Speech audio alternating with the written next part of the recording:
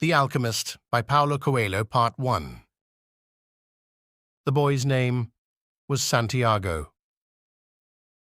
Dusk was falling as the boy arrived with his herd at an abandoned church.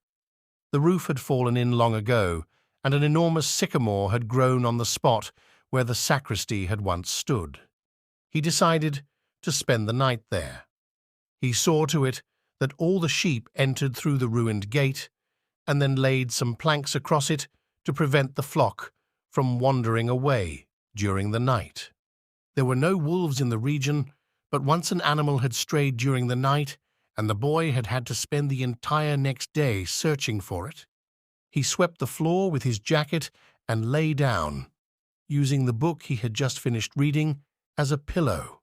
He told himself that he would have to start reading thicker books. They lasted longer and made more comfortable pillows. It was still dark when he awoke, and looking up, he could see the stars through the half-destroyed roof.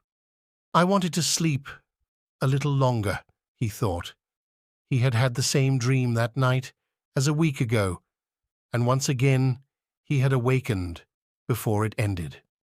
He arose and, taking up his crook, began to awaken the sheep that still slept. He had noticed that as soon as he awoke, most of his animals also began to stir. It was as if some mysterious energy bound his life to that of the sheep with whom he had spent the past 2 years, leading them through the countryside in search of food and water. "They are so used to me that they know my schedule," he muttered. Thinking about that for a moment, he realized that it could be the other way around, that it was he who had become accustomed to their schedule. But there were certain of them who took a bit longer to awaken. The boy prodded them, one by one, with his crook, calling each by name.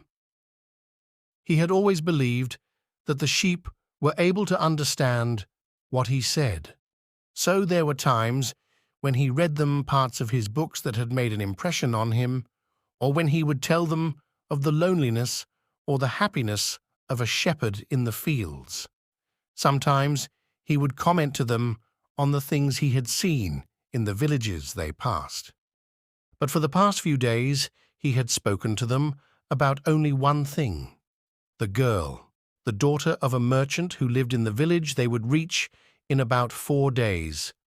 He had been to the village only once, the year before.